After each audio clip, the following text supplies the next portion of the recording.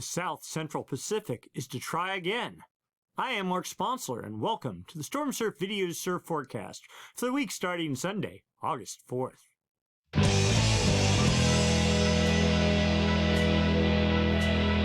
Stormsurf, waves, weather, buoys, altimetry, snow, temperatures, El Nino, weather analysis, essential data for outdoor people, all the time, no hype.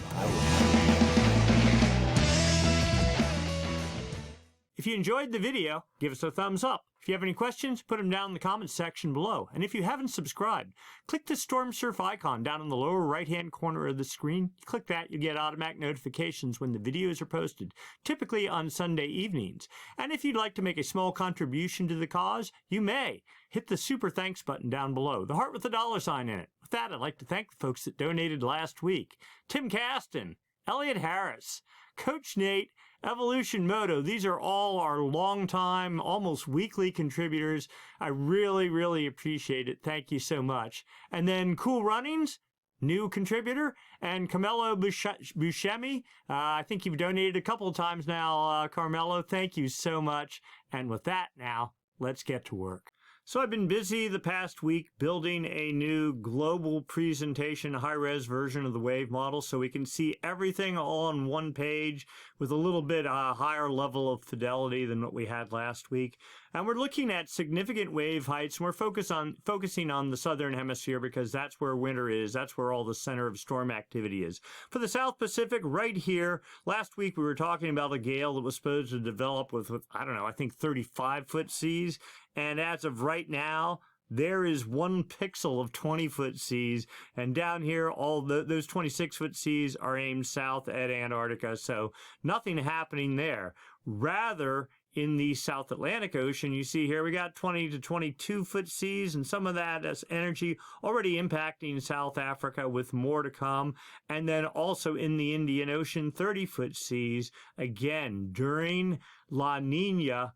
High pressure sets up right here. I talk about it later in the video. The high pressure bias sets up over the Pacific Ocean, and low pressure sets up somewhere in this area generally, if not over in this way. And you can clearly see the center of storm activity moves from the Pacific into the South Atlantic and the Indian Oceans, resulting in swells where the Pacific tends to be a little bit quieter. You also see a little swirl of activity here well east of Baja. That is Tropical Storm Carlotta, not doing a whole lot, and no swell of any interest is expected from it. But before we get into all that, let's go take a look at current conditions. We're going to start in Northern California looking at the Point Sur buoy number 157 off of roughly Carmel, California. We're looking at all the energy that's hitting this buoy from way out at 33.3 second period, super long period of energy, which there is none, the whole way down to 5 second period, just pure wind chop. And over here is the height of the energy in each of these frequency bands from 2 foot going up to 12 feet. You see 0.6 of a foot in 14, 15 second range, 13 second range here. That is some background southern hemi swell and a little bit bigger, but certainly less energetic wind swell in the 7 second period range. We do some fancy math to come up with what the primary swell is. 3.8 feet at 6.6 seconds from 321 degrees, theoretically making surf at 2.5 feet. And yeah, it's about thigh high, maybe waist high at top spots. Secondary swell 1.3 feet at 13.7 seconds from 205 degrees. That's the southern hemi background energy. Surf height 1.7 feet. Reality is I saw some waves almost waist high a couple of minutes ago at top south facing breaks in Northern California. Then we go do the same thing down in Southern California using the Point Loma South buoy number 191 off of San Diego. Again, the same sort of profile, a little bump of energy here at 14 seconds at background southern hemi swell, and basically no wind swell because the Channel Islands block it all. So no big surprise here. Primary swell 1.1 feet at 13.9 seconds from 200 degrees, 1.5 foot. Yeah, there's waist high surf, something like that. Maybe even a little bit bigger at top spots. And then your background wind swell 1.1 feet at 9.8 seconds. Oh, from 200 degrees and basically nothing. Now, the real gem in the Pacific Ocean is the south-facing shores of Oahu. We're using the buoy, the Lanai buoy 239, and you can clearly see, whoa, look at this, a big bump of energy in the 13, 14 second period range. This is swell that hit the Tahiti, made big surf for the Olympics. Now, there was maybe half a day of really good solid surf, and then the next couple of days, the surf was actually way bigger, but completely blown out and unrideable, and they couldn't hold the event. Anyway, looking at this profile, we see primary swell 3.6 feet at 13.5 seconds from 170 degrees. That makes surf at about 4.9 feet, and as of right now, there are waves 2 foot overhead, maybe a little bit more at top south-facing spots, and then some wind swell sort of mixed in, 1.8 feet at 10.4 seconds from 200 degrees, and not really noticeable. So let's go take a look and see where this swell came from. Now, the way I'm doing this, I'm going to actually go look at both the South Atlantic and the Indian Ocean as well. I don't have the high-res model built out with the Hindcast yet, but that is in the plan, so maybe I'll just have one chart and then we can just go look at everything that happened over the past week from a global perspective. But we'll start this way. And so here is the gale. We're back on Friday night, the 26th of July. Tahiti is right here. This little gale, so I'll call it even a subtropical low, started developing here southwest of Tahiti and slowly ramped up. And here you go. Let's see. Clockwise, circulation is clockwise. So here we had 26.7 feet. These are the highest seas over this entire domain. Here's the coordinates where that was, so you can sort of verify because, there's other seas around here. But this is it, 26.7 feet. Let's see, and it got a bit, and Tahiti was where, 149, something like that. So right in here. And then this built to 31 feet on Monday. This was Monday almost a week ago, to 34 feet, to 35 feet, aimed right at Tahiti. This swell crept around the west side of Tahiti. Hawaii's at like 158, or Oahu is 158 west, so way up here off the end of the chart. And this swell pushed right up there. That is the swell that is hitting now. Now, notice this was a very small system, and it wasn't even pushing north. It was sort of pushing off to the east. So you ended up with like 13, 14 second period swell up into Hawaii. And for that matter, that's what it was in Tahiti as well. But that is the swell that's hitting, and take what you can get and be thankful for it if you're in the islands, because the rest of us are sitting here with absolutely no surf unless you're really groveling.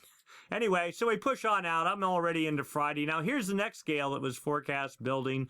Supposed to be something last week. We talked about it. Well, the models, of course, overhype everything, and it just didn't happen. 20-foot seas. Let's see, that's Sunday. That's right where we are now. 20-foot seas, and nothing is expected. I mean, the most you're going to get out of this is 12 to second period swell. Yes, Tahiti will get something from it.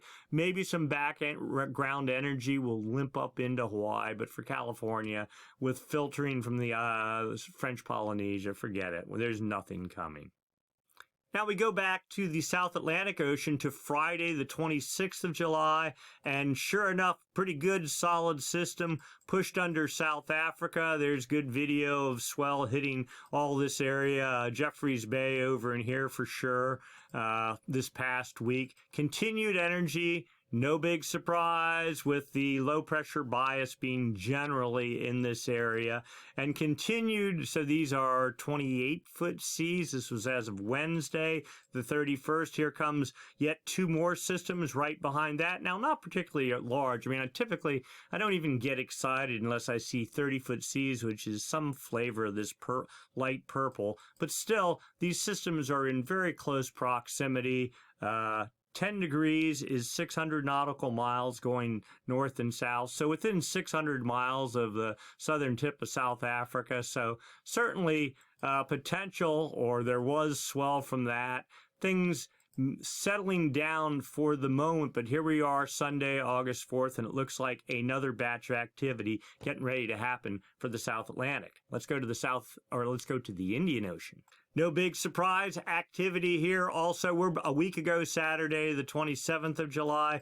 Gale developed here. Well, I think we talked about this last week, pushing towards western Australia and up towards the Mentawai Islands and Bali. Seas peaking out right there at, we'll pull this down just a little bit so you can see, 40.1 feet, just probably 1 pixel there. And that system fell south. And then I think it was a quieter pattern, but then here we go, Thursday, just a couple days ago, another system started developing south of Madagascar with 35-foot seas, building to 36, then starting to fade out. Swell from this, you can see the leading edge of the swell front here, pushing towards the Mentawais, Bali, and Western Australia. And then we move into Saturday and Sunday, a somewhat weaker pattern for the moment, but still, there is something more than in the Pacific.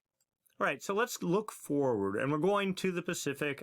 Here we are. This is Chile, Peru, New Zealand here, Australia here. We're looking at Jetstream level winds. These winds up about 30,000 feet help support the formation of gales. When those gales form, help direct their track. So we're looking at the Jetstream, and we're looking for a thing known as, or called a trough. That is a push in the jet to the north. And why do I care about that? Well, because that helps create a clockwise eddy aloft, and also that will manifest down at the ocean surface. And of course, a clockwise flow in the southern hemisphere, opposite of the northern hemisphere, is the hallmark of low pressure. And of course, low pressure, if it's strong enough, generates winds. Those winds get traction and impart energy to the ocean and create seas. Those raw seas, as they radiate away from the fetch area, the shorter period elements get groomed out and exposing swell. And of course, swell and hit your beach creates surf. So it all starts with a trough. At least that's the theory, and you'll see why in a minute here. So right now, this is the weakest of weakest troughs with barely 100 knot winds in it. Typically, if there isn't 120 or 130 knot winds in a trough in the southern hemi, I don't even look at it. Just sort of like the seas. If it's not 30 foot, I don't really care. And look at that. This was supposed to be the trough that was feeding the gale that was supposed to be forming right now, that was supposed to make us surf in the Pacific. Well, you see, that all collapsed. In fact, the northern branch of the jet up here, this doesn't do really anything for surf production, though it kind of looks like there is some sort of a trough here. It's really this southern branch of the jet that does all the good things for storm production. But it is weak. Here is the weakest of troughs forecast on Tuesday, pushing east to almost southeast across the southwest Pacific. Really no hope there. The whole southern branch of the jet, for the most part, is just gone. Unavailable. Now, finally, as we get into Friday, here we go. A little bit of, I guess, what you'd call a real trough developing with a minimum threshold of 110 knot winds aimed off to the northeast. Short-lived. By Saturday, the 10th of August, that's all over. I mean, we're just in a funk. A week out, maybe something here south of New Zealand, but again, a week out, I wouldn't believe the models. So not a whole lot going on in the South Pacific, at least from the Jetstream perspective. So let's go down to the surface level pressure and surface level winds. It takes actual wind blowing on the ocean surface to create the seas to result in potentially surf and swell and surf. So here is what was supposed to be our big low that was supposed to make surf. Well, it's barely 35 knot winds, 30 knot winds. That's not even enough to create a 13-second period swell, so no hope there. But the remnants of the system, and this is what I said on Monday, the Jetstream doesn't really show this, but we're supposed to get this little tiny gale with 45 knot winds building tomorrow, August 5th.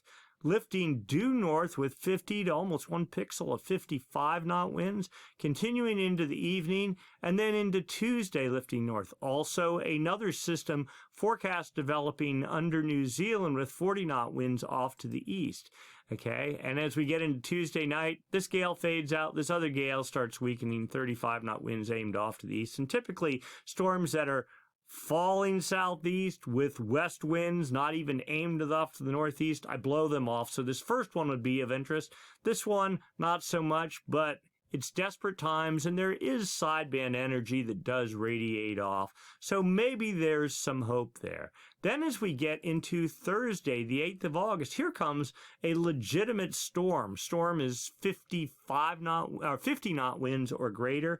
Here's 50 to 55 knots. There's 50. 55 starts at the purple. Maybe one pixel of purple in there if you increase your screen large enough.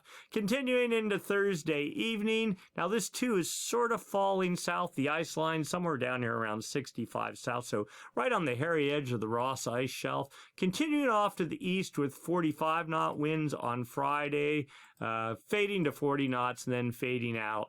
And then yet another system here is forecast winding up. Now, this is east of the California swell window. I say that, but we have 45 knot winds, and they're actually aimed due north, if not even almost northwest. So maybe top exposed spots, if this forms, it's 150 hours out, maybe could do something for exposed spots in Southern California, but certainly for Mexico, down into Central America. Here we go, 50 knot winds. As we get into Sunday, again, the warning, it's a week out. Don't know if I believe the models. And then things fade from there. So, 4 potential systems. Now that's just looking at wind. Does the wind blow steady enough over a long enough period of time to really get traction on the ocean surface? Because remember, the ocean now, we haven't had a storm for 2 weeks, something like that, maybe longer. So it's pretty flat there. You got to get, the wind has to get traction. It's best when you've had other storms pushing over a certain area of the ocean, and then another storm plows right over top of those already roughed up ocean. The wind, if there's 6, 8 foot, 10 foot chop already there, the wind has a lot easier time, getting traction on the ocean because there's already massive speed bumps in place. But, well, we have our 18-foot seas here, but not a whole lot going on. So let's put this into motion. Now, here's our first little system, winds up with 34-foot seas aimed off to the north. Bill has 33 feet, 32 feet, and this is on Monday into Tuesday and fading out. Now, I'm going to go back. We're going to go look at the other one under New Zealand, also on Monday with 28-foot seas building to 30 feet. Building to 32 feet. This would be late Monday evening, and then about 31 feet, fading to 30 feet Tuesday morning. So probably not a whole lot from this, but maybe something, certainly for Tahiti, but past the Olympic swell window and up into Hawaii for sure. Don't know about California. That's a long ways away and a very tiny system. And then there is yet another system forecast on Thursday, the 8th of August, and it starts off with 39-foot seas, building to 40 feet. This is Thursday afternoon, continuing 40 feet overnight, then dropping from 38 feet Friday morning down to 34 feet. You get the general idea. So decent potential for this one, and almost, in fact, let's go back and just sort of look at the track here. Starting, here we go, Thursday, pretty much pushing off to the east, and then almost lifting northeast a little bit, so mainly sideband swell, and my guess is most of this is going to be focused on, well, California.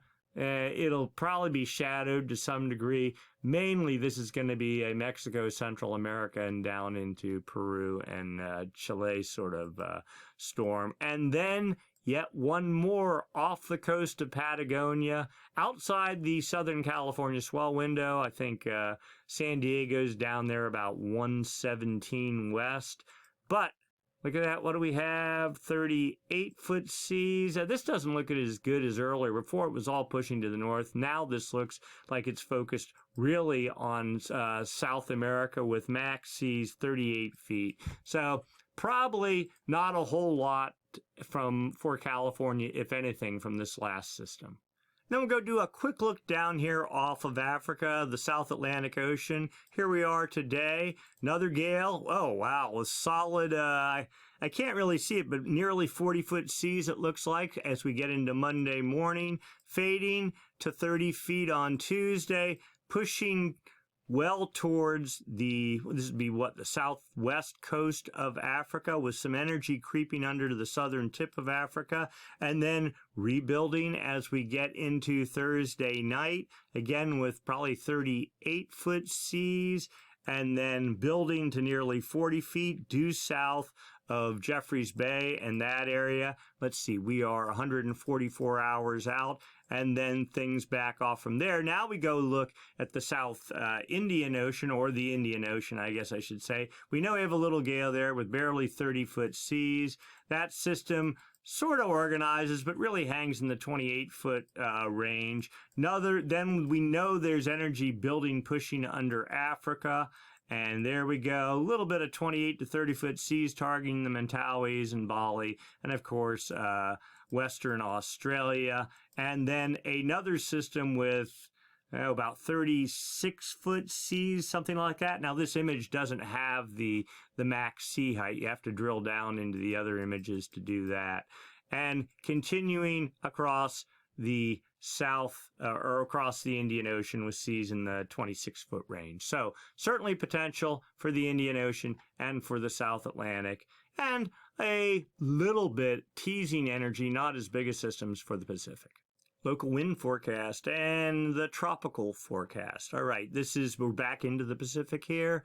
North California, Central California, South California, Hawaii out here. High pressure, for the most part in control, producing 15-knot northwest winds around North and Central California, and trades at about 10 to 15 knots for the Hawaiian Islands.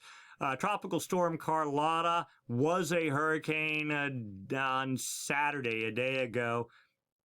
Winds to, I think it was 80 miles an hour, barely 90, but this system for the most part is all pushing due off to the west. Never made any sort of significant turn to the north, so no swell is expected radiating up into Southern California from that. As we get into Monday, again, this light northwest wind pattern for North and Central California. Light trades for the Hawaiian Islands as Carlotta fades out. Tuesday, high pressure impacting the North California coast, Cape Mendocino, winds building to 20-25 knots. Also notice some sort of a tropical system trying to organize due south of Baja, and trades, again, the same 15-knot thing for the Hawaiian Islands. Again, as we get into Wednesday, 20-25 knot northwest winds, but light winds along most of the Central California coast, so rideable wind swell there. Trades barely 15 knots for the Hawaiian Islands. The tropical system, large in coverage, but wind speeds barely 35 knots. Now, the GFS model isn't a great model because I think it's 1 Grib square every a quarter of a degree, so every 15 nautical miles. So there could be some higher winds in there, but theoretically, this is only at depression status. So we get into, now it does lift off to the northwest more, but again, weak, not even 30-knot winds as we get into Thursday. Light winds for California, trades light for the Hawaiian Islands. Friday, northwest winds, barely 15 knots, maybe 20 off of California.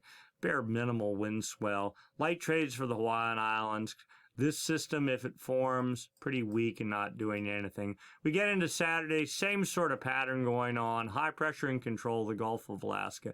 Then as we get into Sunday, let's see how this goes. There we're out, and you see a much broader fetch of winds developing, not strong. Also note, the remnants of this tropical low, again, this is laughable a week out, but building 20-knot northeast winds targeting the Hawaiian Islands well. Let's even go back a day or two. Now, this is probably the best shot at it right here. For some sort of a northeast trade wind swell with 20-knot winds, that's 9, maybe 10, probably 9 seconds, something like that. So we'll see.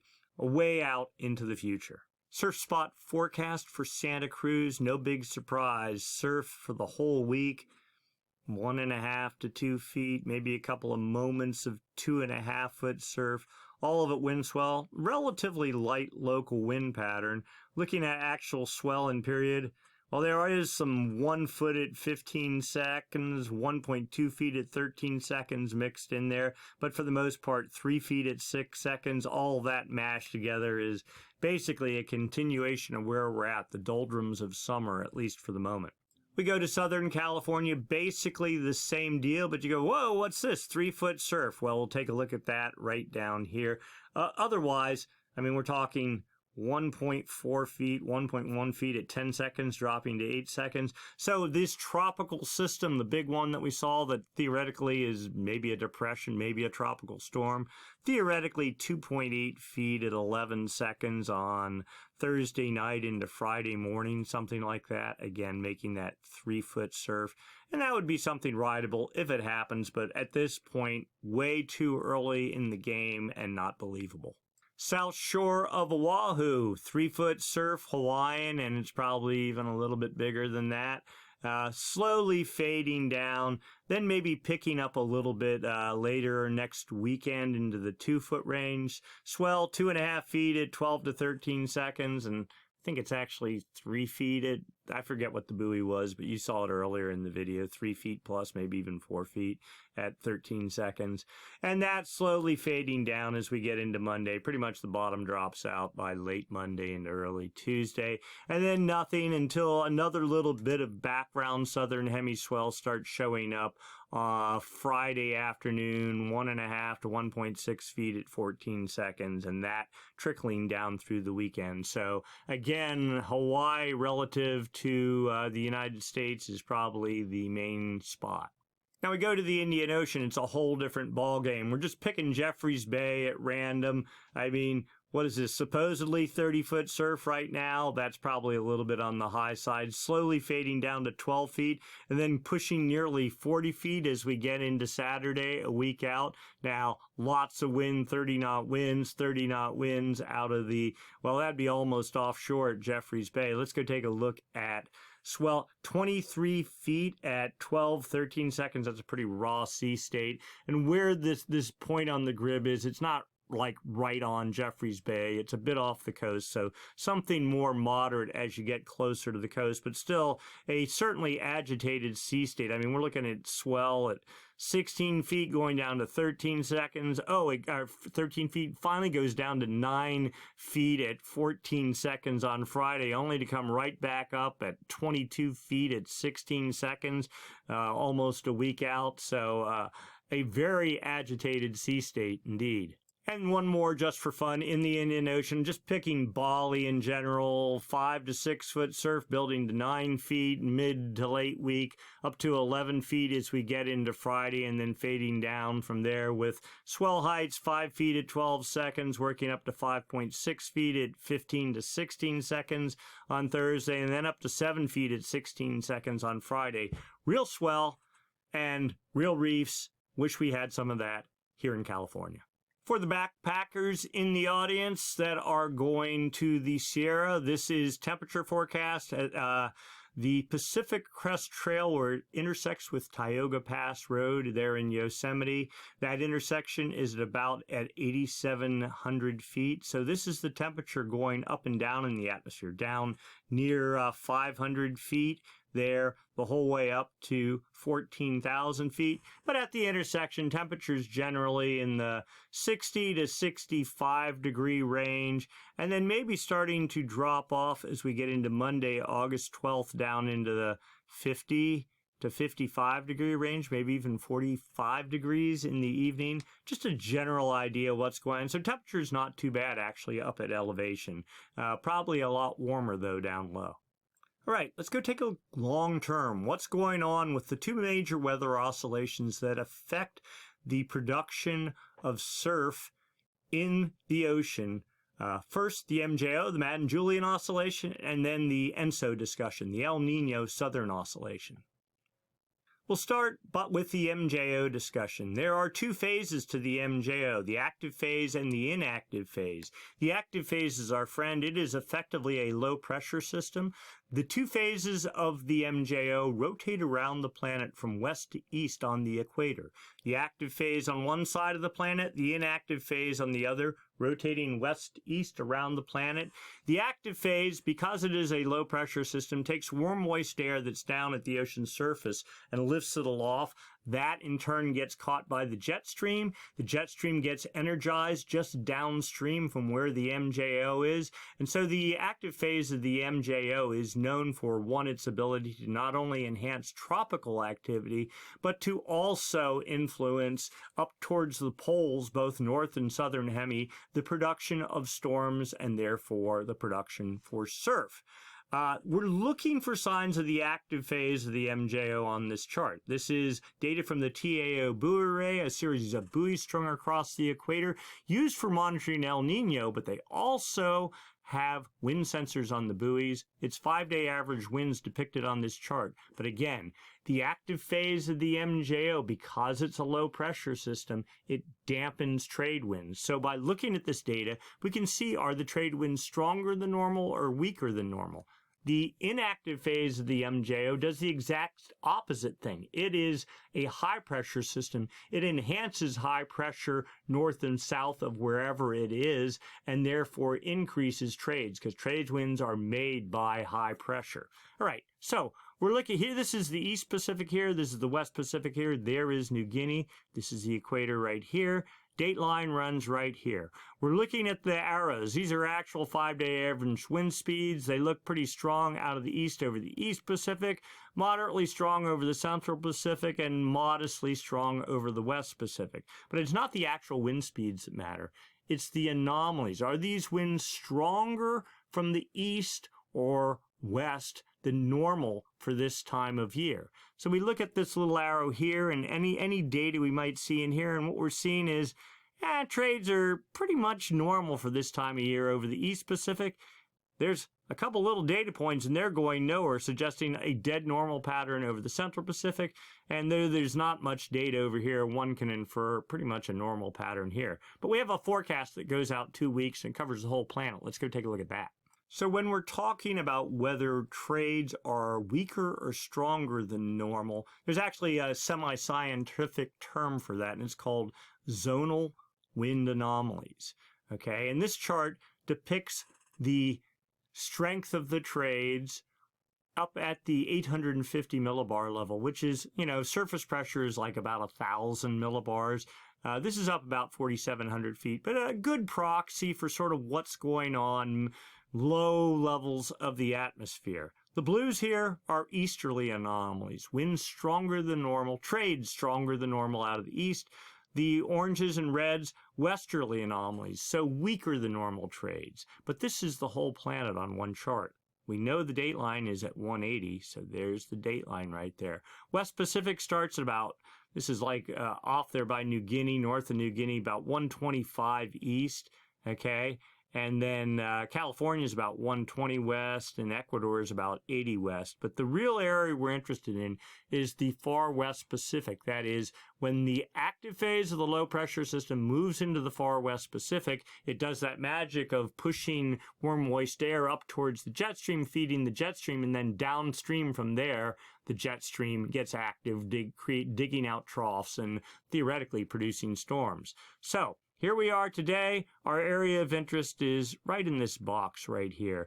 Blues are easterly anomalies, stronger than normal trades. One could say the inactive phase of the MJO. And here is westerly anomalies, but they're basically south of California. So this looks like this westerly windburst, or not westerly windburst, but this area of westerly anomalies started back in, I'll say, mid-July, and has been working its way off to the east. So this looks like the active phase of the MJO, and here we go. This looks like the inactive phase of the MJO setting up today over the West Pacific. No surprise that storm activity in the Pacific is somewhat less than normal. And the forecast for the next 2 weeks, well, you can see this easterly anomaly is just building to strong status as we get into mid-August, with westerly anomalies totally moving out of the picture. Now look at this.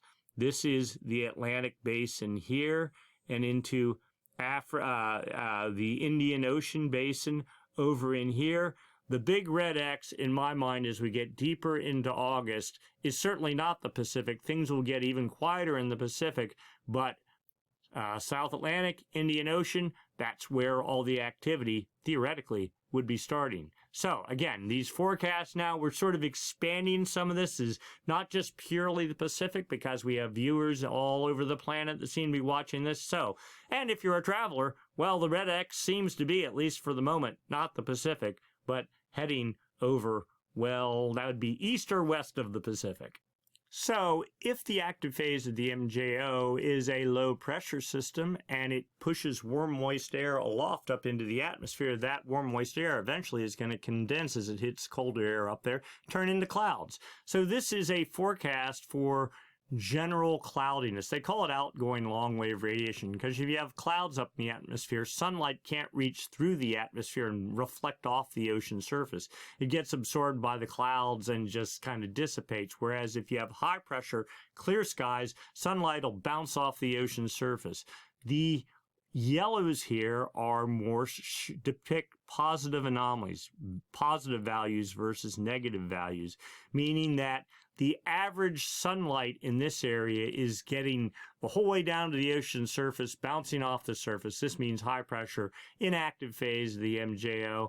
This weak little area of cloudiness here, this would be the active phase of the MJO. So you see it pretty clear. And this is from the statistic model. Oh, and let's get oriented. South America, Central America, Australia, New Guinea, equator right there, EQ, and the dateline 180 west. So basically, inactive phase in the West Pacific, active phase exiting the Pacific towards the Atlantic, both very weak. And the pattern 5 days from now, 10 days from now, 15 days from now, according to the statistic model, the inactive phase getting a little bit stronger in the West Pacific and the active phase somewhere hanging out over in this area.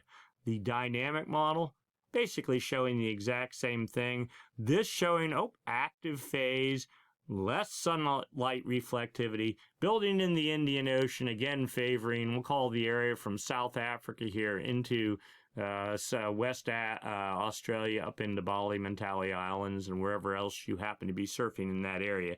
Now notice the statistic model doesn't show that active phase building is strong. It shows the inactive phase stronger in the West Pacific. The dynamic model, a weaker inactive phase, but a stronger active phase. Either way, it's kind of 6 of one, half dozen of another. The pattern not looking great for the Pacific, but looking good everywhere else. Upper level view, same sort of thing. Cloud cover or the potential for rainfall. This is basically painting the same picture. The greens area is favorable for precipitation. The oranges and yellows, dry air, more sunlight reflectivity. This goes out 40 days. This is a statistic model. This is South America, Central America, New Guinea. 0 is the equator. Dateline roughly running right down the middle here. And this is goes every 5 days out 40 days. So we see, and because this is upper level, it runs about a week ahead of what's actually going on down at the surface. And for our perspective, the surface is where everything matters. So this shows inactive phase on the dateline, but the reality is it's probably back in here somewhere and slowly working its way across the Pacific and finally out of the West Pacific basin, we'll say about the end of August, the 29th, you see greens slowly trying to get a build up in here into early part of September, and they fade, and then here comes the inactive phase again. So not a lot of hope. Now let's look at another model. This goes out a month. This is the CFS model. It's actually a dynamic model. This is again the whole planet, the east-west components of the winds, the blues, easterly anomalies, the oranges and reds, westerly anomalies. But this also depicts the MJO. The active phase of the MJO is a solid black contour. The inactive phase, a dotted contour. And you can see, well, here is an inactive phase, and dateline right up the middle. Main area we're interested, West Pacific, starting about 125 west, so here, out to about in here. This is past activity here, so the dotted contour, that's an inactive phase of the MJO going across the Pacific back here in June and the early part of July. Here is an active phase. Sure enough, active phase, but it's the classical active phase is here, but almost fading over the dateline in the next 3 or 4 days, but the westerly anomalies associated with this pretty much moving east of the dateline as of today, and it's all going to be in the East Pacific. No wonder the models are showing tropical development building in the eastern equatorial Pacific, because that's where the active phase is going to be over the next 1-2 weeks. The inactive phase, dotted contour, transiting the Pacific starting about 3 days from now and continuing pretty much with easterly anomalies, the blues, the whole way through the end of the month. Active phase building here in the Indian Ocean mid-August. This is with westerly anomalies. Indian Ocean, again, would be the place to be. And with a background low pressure bias, and on top of that, again, doubling up the effort there. And then we have a version of the CFS model that goes out 3 months. The forecast is up here. What's been happening is down here. Again, the date line running right up the middle of the chart.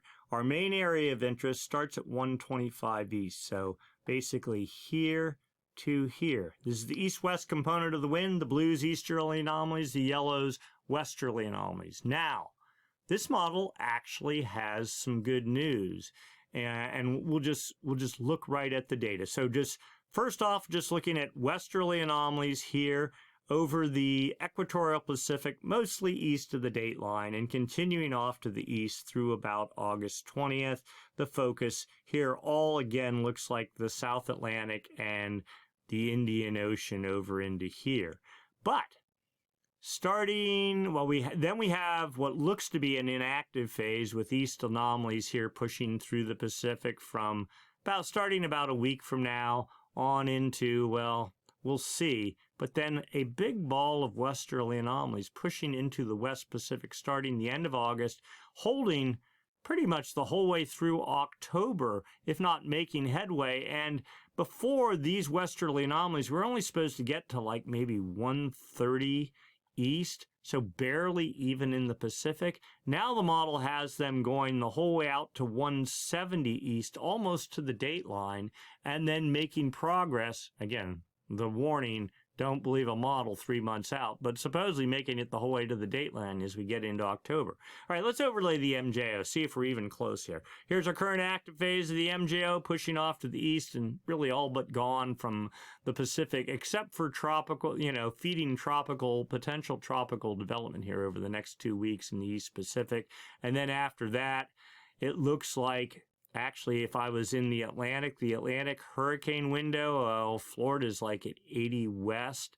So right here, somewhere starting maybe a week from now and going out from there, the window of opportunity gets stronger. Now, notice the MJO is strongest like in the far, I would say, East Indian Ocean over the maritime continent and into the Pacific, and it gets much weaker as it transits the Atlantic.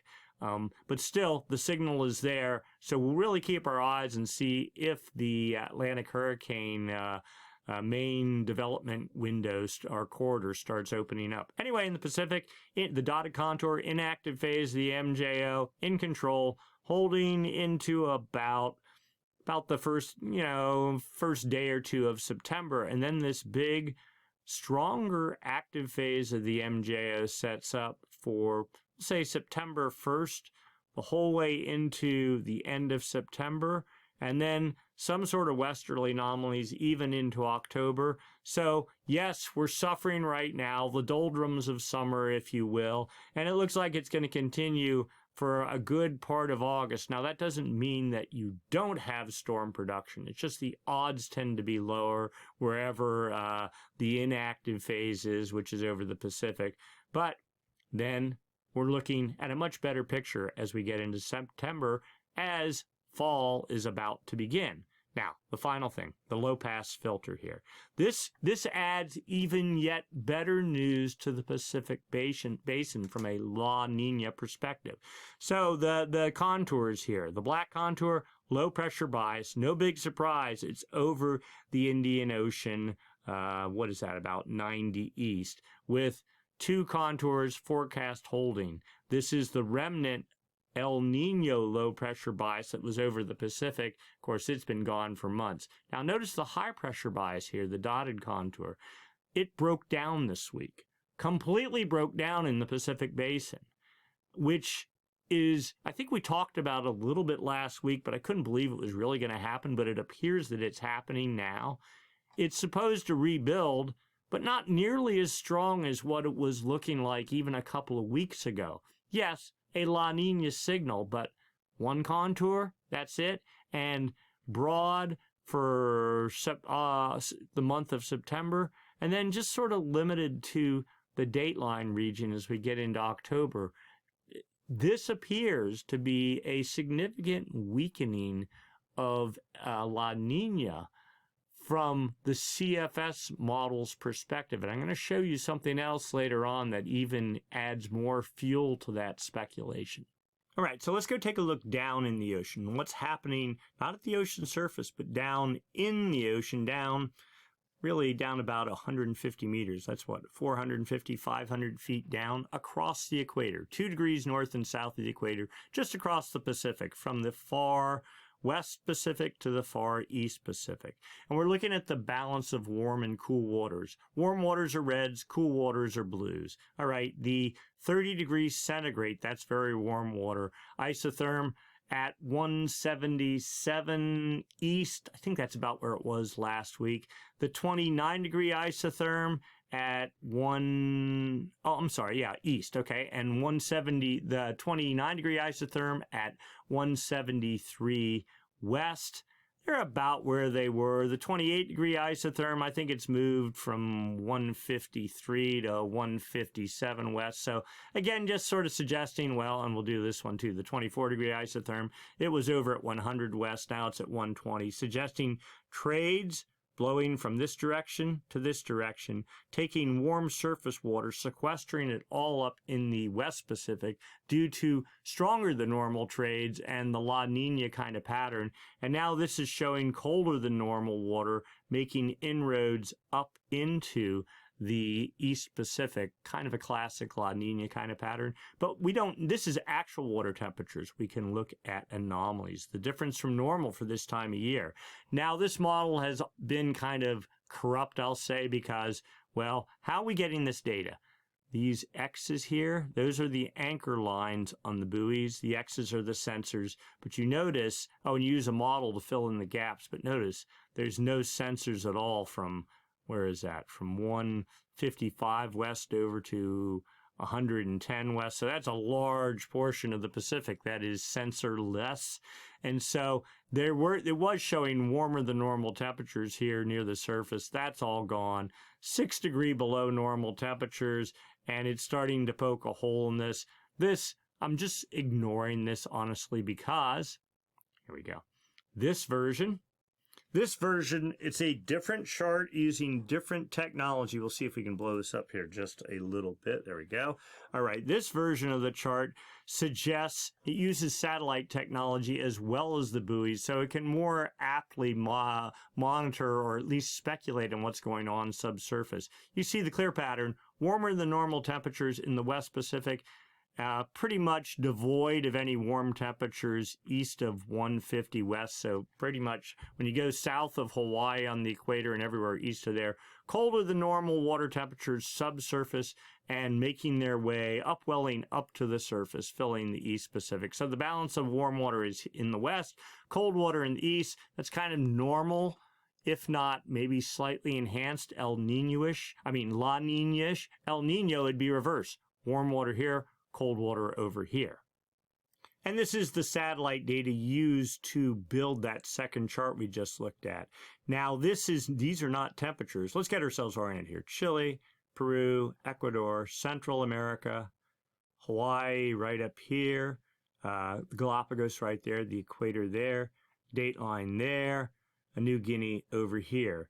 This is not temperatures, not -10, not -15. This is the height of the ocean, the sphere of the ocean. Is it higher or lower than normal? And these are the height in centimeters. So the ocean's surface, if you strip out the wind waves, the waves, even the tides, and just go, is the average height of the ocean higher or lower than normal? Why does that matter? Well, if you have cold water depth, it contracts. And when it contracts, you get a displacement of water down on the ocean surface, and you get a divot. -10, -15. So clearly this indicates colder than normal water temperatures from Ecuador almost out to the date line.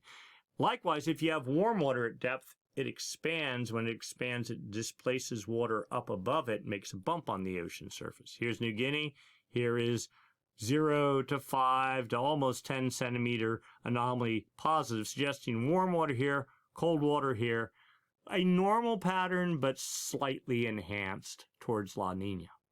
Upper ocean heat anomalies. So just like that buoy data we saw before where it shows where the warm and the cold water is in the Pacific, this is the East Pacific here, this is the West Pacific, but this doesn't show you just one instant in time. It's over the entire past year, and this is heat anomalies on, I think it's 5 degrees north and south of the equator. So you see back August, September, October last year, our La Nina pattern, our El Nino pattern with warm water all in the East Pacific being pushed by active phases of the MJO creating Kelvin waves, and then in November, December, the beginnings of La Nina started as El Nino was peaking supposedly in the Pacific. There was no cold water left. It starts making its way across the Pacific in 1, 2, 3 upwelling Kelvin waves, and then a little bit of a warm spurt, and then starting in July, here we go again with yet more cold water building subsurface, all warm. We're in the recharge mode. Warmer. The trades have to continue to blow to take warm water and slowly get it to build up here. The sun warms the ocean surface. It gets blown by the trades across the equator, eventually starts building here off in the West Pacific. That and the trades being stronger than normal just hold everything, build it up, and don't allow warm water that's in the maritime continent to flow into the Pacific. And so you get this colder than normal pattern indicative of at least some sort of a weak La Nina pattern. Sea surface temperature anomalies, the high res version here. All right, Pacific Basin here, South America, Central America. You can see warmer than normal temperatures all across the Pacific, and for that matter, the whole planet. We're not getting into that discussion today. But you see colder than normal water off of Peru and then taking the track across the Pacific. Not a strong, they call it a cold tongue or like a cold flow running across here. During El Nino, normally what you get is much warmer than normal waters here. During La Nina, which I think we're heading towards, you get colder than normal waters. This appeared to be surging some, but this is not a particularly strong La Nina signal at all. Let's go look at what water temperatures has done for the past week. Here's the trend for the past 7 days. The reds, warmer temperatures. The blues, colder temperatures. All that matters is 5 degrees north and south of the equator. We see, actually last week, there was much more colder water developing. This week, it appears to be backing off, suggesting, like El Nino pulses, driven by the MJO, driven by yet other things. La Nina does the same thing. Last week, I think we were having a cold push or a strong push of La Nina. This week, it's backing off, sort of a balance almost of the warming temperatures. They're warming from being colder. Doesn't mean they're warm. It's just the trend is towards warming where the reds are, towards cooling where the blues are. Pretty much balance out, at least for the moment. And then again, the overview, the official El Nino monitoring, well, first off, Nino 1.2 is right in here. They call it just a name for this region. And it's kind of just an early warning sign. The main El Nino monitoring region is called Nino 3.4. It starts at 120 west, goes out to 170 west, just 5 degrees north and south of the equator. So you look at this and you go, well, there's cold water there, but there's warm water interspersed there, all around there and out here. Temperatures, just eyeballing it, maybe just slightly cooler than normal, but not by much. Looks like a neutral pattern. So here is the actual, not the hard numbers, but sort of the rough data for the Nino 1.2 area, that region right there by Ecuador and the Galapagos Island. Temperatures today, pull it down here. 0.958, 958 thousandths of a degree below normal, so basically 1 degree below normal. We had a little upswing there in the early part of July, but for the most part, temperatures there have been hovering about 1 degree below normal. Not that that means anything. The official El Nino monitoring region is right here. The scale is different. Keep that in mind. Temperatures 294 thousandths of a degree below normal over that whole region, a quarter of a degree below normal, and bouncing up a little bit the past 1, 2, 3, 4 days. Half a degree below normal for 3 consecutive months or something like that is considered La Nina. So officially, we're not even in La Nina. We're in neutral territory. So again, and the trend, yeah, we had that little cold spurt right now, but I mean, since May, we still haven't had anything that's screaming out La Nina. I don't want to say that too loud because it'll come. And remember, looking at the models, there is a bunch of easterly anomalies forecast with the inactive phase of the MJO pretty much the whole entirety of the coming month. So I expect these temperatures will start trending downward. The official record of sea surface temperature anomalies in the Nino 3.4 region. That's right here for the week centered on July 24th. Temperatures 1/10 of a degree above normal. And again, this is still like week-old data, almost 2 weeks old at this point, but you get the general idea, hovering near neutral. So what does the atmosphere think is going on? So we look at a thing called the Southern Oscillation Index, the difference in pressure between Darwin, Australia, and Tahiti in the Pacific, Darwin roughly in the Indian Ocean. When pressure is lower in Tahiti, the index goes negative. Well, we're at 0.18, which is about as neutral as you can get. Looking back in time, well, look at this. Wow, we were negative for 6 or 7 days here, pretty negative back in July. This was that low pressure system that pushed south of Tahiti that made the Olympic swell and is making the swell that's hitting Hawaii as we speak. No big surprise then. That's considered what they call tropical variability. It doesn't really play into the long-term trend unless there's a bunch of it happening. We were positive. I'm just sort of looking back here. We were as much negative as we have been positive lately. The 30-day average, maybe we can slide this over a little bit more. There we go. Okay. 30-day average minus 8.62. That was heavily influenced by this here and the other previous negative run here. Low pressure south of Tahiti, basically. But the trend, some hovering, if I'm just eyeballing this, somewhere around neutral. And the 90-day average, minus 2.84. And where have we been the past month? Right, hovering between 1 and 2, basically, so neutral. Let's look at this data graphed out.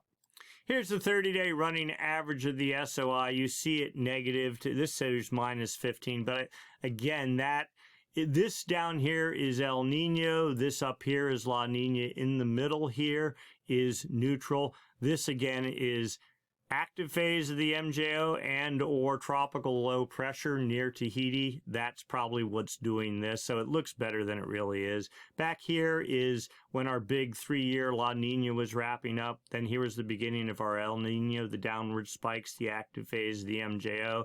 The upward spikes, for the most part, the inactive phase of the MJO. Right now, we're hovering, give or take a little bit, right around neutral. All right, so what is the forecast? We have data from the CFS version 2 model for sea surface temperature anomalies for the Nino 3.4 region. Those of you that follow the channel, this is no big surprise, no big changes here. Temperatures, well, let's see, this is in the middle of the month, so this would be April, July. So we're past the middle of July. We're approaching, hopefully, mid-August at some point. Temperature's supposed to be minus 0.4 of a degree, falling to minus 1.45, minus 1.45 degrees. Now, this is raw data from the model, probably a little bit overstated. You go here to the PDF corrected version. It says temperatures falling to minus 1.15 degrees in November, which, while a half degree below normal is the threshold for a minimal La Nina, or a weak La Nina, it goes to 1 degree. And then between 1 and 1.5 degrees is a moderate La Nina. But you got to be there for 3 months. This shows us in that range, for maybe 2 months. So I'm guessing a week or a modest La Nina at best. And then notice the model had things heading up. Now, let's go look at the really interesting thing. I don't believe this, that's also coming from this model. All right, so this is sea surface temperatures at depth. And let's go look at May. This would be this is the whole planet, but right here where the gray line is, this is the West Pacific. There's the date line right there. This is the far East Pacific here. The gray area is where there's land. So this would be South America. This would be Africa.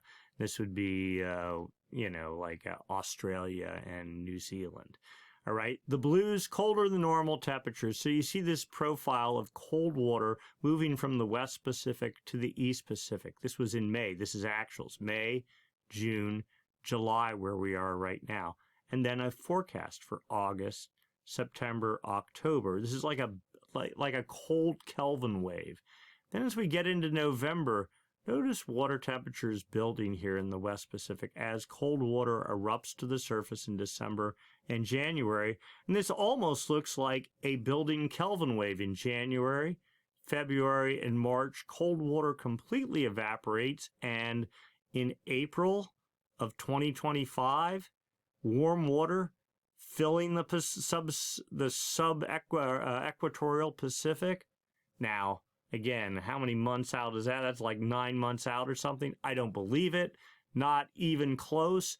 But it is kind of an interesting thing. I'm showing it to you just so you are aware of it. I don't believe it's going to happen. I don't believe a model a week out, much less, 9 months out or something like that, 8 months out. So, but still, it sort of hints at, well, maybe, we've been saying this La Nina is weak. Maybe it's going to be even weaker than we think.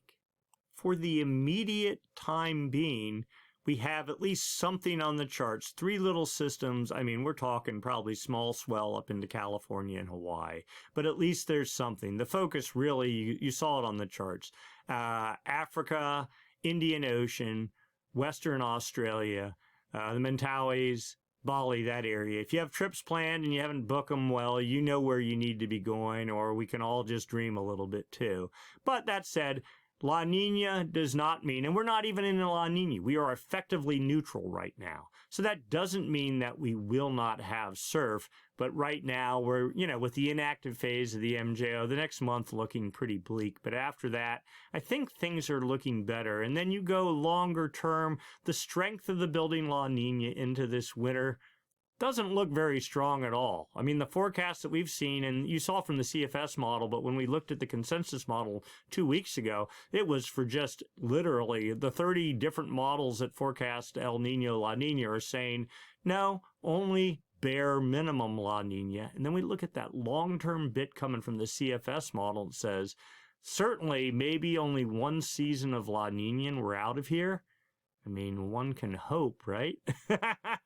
Anyway, so that's our positive spin on what otherwise is not a particularly great forecast for this week, but I'm not giving up hope. If you enjoyed the video, give us a thumbs up. If you haven't subscribed, click the Stormsurf icon down in the lower right-hand corner of your screen. Give us a comment if you don't understand something. And if you'd like to make a contribution to the cause, you may. Click the super thanks button down below, the heart with the $sign in it. And with that, we are done for this week. We will do it again next week. Same time, same channel. Thanks so much for watching.